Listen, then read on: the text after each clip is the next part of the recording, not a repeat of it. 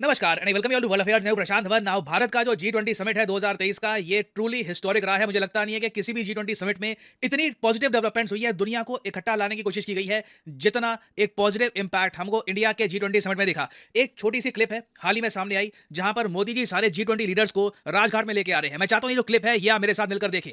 Now यहाँ पर आप देख पाओगे सारे वर्ल्ड लीडर्स रिस्पेक्टफुली चल रहे हैं दिल्ली की जमीन पर। ये राजघाट में है इस वक्त। राजघाट में आपको पता होगा मेमोरियल है father of the nation Mahatma Gandhi ji का।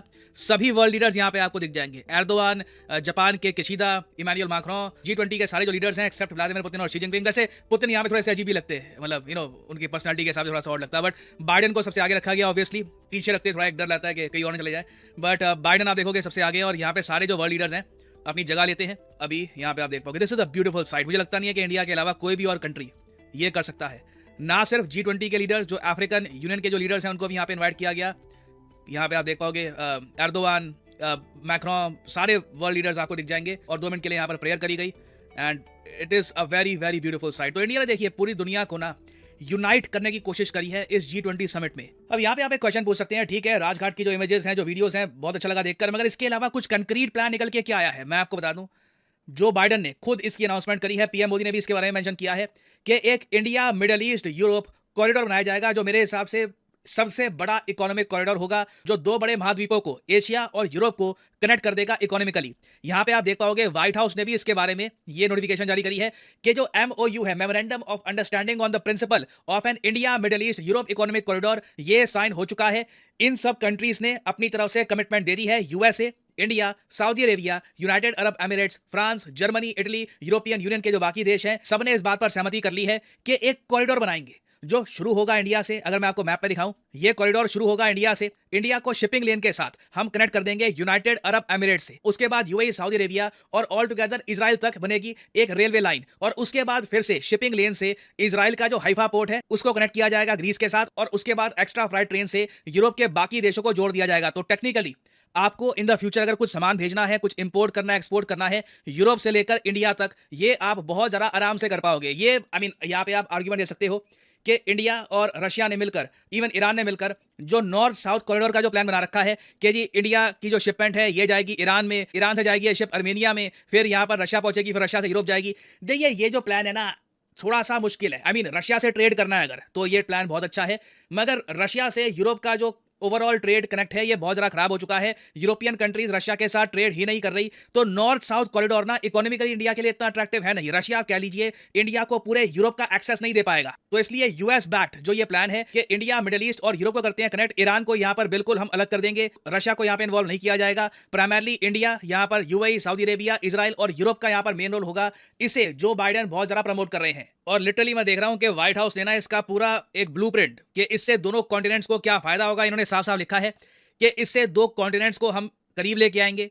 उसके अलावा it will make it easier to trade करना, एक्सपोर्ट करना, क्लीन एनर्जी, ये सभी काफी आसान हो जाएगा। याद रखिएगा इवेंचुअली एक प्लान ये भी है कि 1 सन 1 अर्थ 1 ग्रिड का, कि मान लीजिए कल को सोलर एनर्जी है, ये हमको भेजनी है from Saudi Arabia to India या फिर इंडिया टू यूरोप, ये सब भी हो सके। इसके बारे में भी प्रॉपर्ली मेंशन किया गया है। फिर ये भी मेंशन किया गया कि इंटरनेट केबल्स बिछाई जाएंगी, जिससे इंटरनेट कनेक्टिविटी इस पूरे रीजन की बहुत ज्यादा इंप्रूव हो पाए। Will make it easier to lay cables that connect communities that secure a stable internet, फिर will unlock sustainable and inclusive economic growth। और सबसे ज्यादा इंटरेस्टिंग बात मुझे ये लगी कि व्हाइट हाउस ने इसके बारे में जो टेक्स्ट किया है रिलीज, उसके एंड में आप अगर देखोगे ना, साफ साफ यूएसए ने सब कंट्रीज को ये कह दिया है 60 दिन का टाइम है। लिटरली आप देख पाओगे the participants intend to meet within the next 60 days. 60 दिन के अंदर अंदर सब कंट्रीज मिलेंगे। अगेन क्योंकि ज्यादातर क्या होता है, ऐसे समिट्स होते हैं, हाथ मिलाए जाते हैं, एग्रीमेंट साइन होते हैं, फिर लोग कहते हैं 10 साल बाद देखेंगे, आराम से हो जाएगा। नहीं, ये जो प्रोजेक्ट है जहाँ पे मैं देख पा रहा हूँ यूएस प्रायोरिटी बेसिस पर इसको अग्रेसिवली आगे प्रमोट कर रहा है।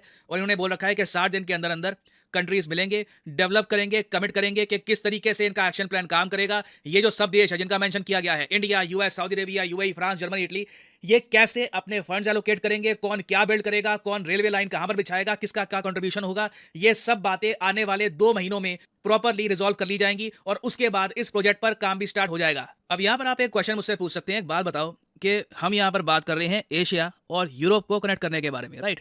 फाइन।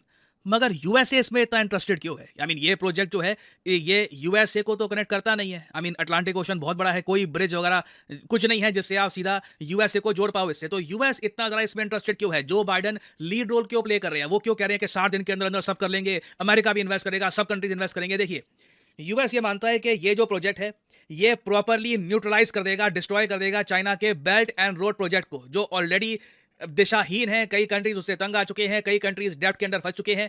तो जैसे ही ये प्रोजेक्ट बनेगा ना, आप देखोगे बहुत सारे जो आसपास के छोटे देश हैं वो भी इसमें पार्टिसिपेट कर पाएंगे। ऑब्वियसली मैं यहां पर यह भी कहूंगा कि जो चाइना का सीपैक है, जो चाइना पाकिस्तान इकोनॉमिक कॉरिडोर है, वो भी इससे कंप्लीटली यूजलेस हो जाएगा। ईरान को डेफिनेटली इससे थोड़ा बहुत झटका लगेगा, क्योंकि ईरान की जो इंपॉर्टेंस है इंडिया के लिए ये काफी कम हो जाएगी ये प्रोजेक्ट बनने के बाद। तो यूएस पर्सपेक्टिव से आप अगर देखें तो इंडिया की डिपेंडेंसी, इंपॉर्टेंस ईरान के लिए ये कम करना, रशिया की जो इंपॉर्टेंस है इंडिया के लिए ये कम करना, चाइना का इन्फ्लुएंस जो है रीजन में ये कम करना, they are all major geopolitical goals. तो यूएसए के पर्सपेक्टिव से डेफिनेटली ये अग्रेसिवली इस पूरे प्रोजेक्ट को प्रमोट करना चाहेंगे और ये करेंगे भी। तो आने वाले में जो ये आईएमईसी है, जी हाँ इसको आईएमईसी कहा जाएगा, आईमैक कह सकते हैं इसको, नहीं सुनने में अजीब लग रहा है, मैं इसको आईएमईसी बोलूंगा फॉर द टाइम बिंग। सो जो आईएमईसी प्रोजेक्ट है, इससे रिलेटेड अभी आप देखोगे आने वाले कुछ महीनों में बहुत सारे एग्रीमेंट्स कंट्रीज के बीच में भी साइन होंगे, क्योंकि जो व्हाइट हाउस का नोटिफिकेशन इन्होंने जारी करी है, इसमें यह बात भी साफ साफ लिखी हुई है कि जो पार्टिसिपेंट्स हैं, इंडिया भी एक पार्टिसिपेंट है जैसे मैंने आपको बताया, जो पार्टिसिपेंट्स हैं ये कमिट करते हैं टू वर्क कलेक्टिवली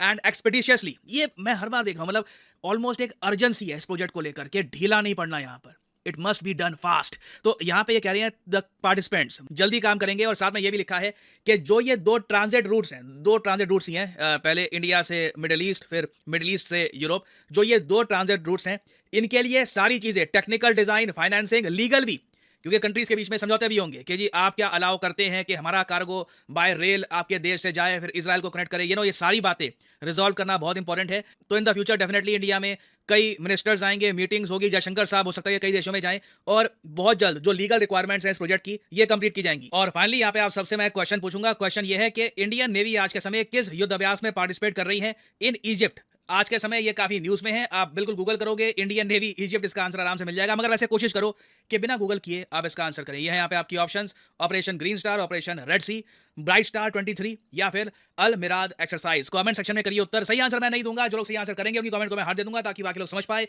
कि सही उत्तर क्या है। और फाइनली यहाँ पर मैं ये भी ऐड कर दूं कि आप किसी भी एग्जाम की तैयारी कर रहे हैं, चाहे एसएससी, यूपीएससी, बैंक, आप परचेज कर सकते हैं अनअकैडमी के क्वालिटी कोर्सेज। कमेंट सेक्शन में जाइए, पिन कमेंट में यहाँ पे आपको मिलेंगे link. For example let's say आपको प्रिपेयर करना है यूपीएससी के एग्जाम के लिए, तो यूपीएससी के लिंक पर यहाँ पर करिए क्लिक और यहाँ पे आप परचेज कर पाएंगे अनअकैडमी का यूपीएससी कोर्स। बट जो प्राइसेस यहाँ पर लिखे हैं, don't ever pay these prices, simply यहाँ पर कोड डालिए PD10 and the prices will start following and you will be able to save a lot of money. So use the code PD10 and save money. और इसी note के साथ ये है video का अंत। Thank you for listening. May the gods watch over you.